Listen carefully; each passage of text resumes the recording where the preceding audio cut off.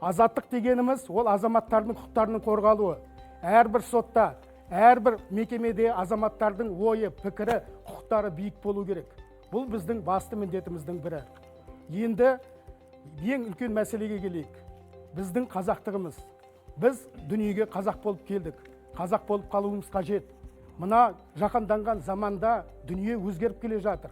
Әртүрлі ойын ережесі де қалыптасып келе жатыр.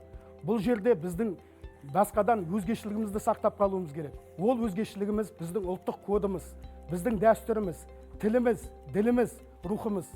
Осыны сақтай білсек қана біз тәуелсіз мемлекет болып қаламыз. Осыны сақтап қалсақ қана біз болашақта Қазақстан деген тәуелсіз мемлекетті құрып, оның іргетасын берік қыла аламыз. Сол себепті де Конституцияның барлық бабында ұлттық тарихтан бастап, ұлттық тілімізді, ұлттық ділімізді насихаттайтын баптар, алғашқы сөзі преамбуладан бастап, бүкіл өне бойында осының барлығы дұрыстап тұрып жазылған. Ең бастысы біздің еліміздің болашағы осы Конституция арқылы тізбектеліп келе жатыр. Ендігі үлкен мәселе асқақтық мәселесі. Біз асқақ ұлт болуымыз керек. Біз жаңадан Конституцияны жазған кезде преамбуласынан бастап тарихымызды атап өттік, бүгінгі күнімізді атап өттік. Ал болашағымыз қандай болады деген сұраққа Конституция жауап беріп жатыр.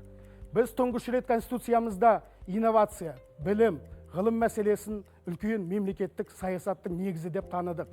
Біз Конституциямызда тұңғыш рет әлемде бірінші болып, өзіміздің цифрлы құқықтарымызды жазып өттік оның ішінде. Біздің күнделікті өміріміз қалай өтетін болса, цифрлы өмірімізде солай қорғалуы керек деп есептейміз. Осының барлығы да біздің елдің болашақ бағыт-бағдарын, оның қайда дамитын, қалай өрбейтін айқындайтын дүниелер. Бізге мықты бизнес керек. Бізге азаматтардың ой еркіндігі қажет. Осы арқылы ғана біз елімізді дамыта аламыз. Конституцияда осы себепті адамның үйі, мүлкі, бизнеспен айналысу құқықтары өте жақсы қорғалған. Бұның бәрі бір нәрсені меңзейді. Бізге мұнайға емес, адамның энергиясына негізделген экономика қажет. Осы себепті де біздің ұлтымыз асқақ болу керек.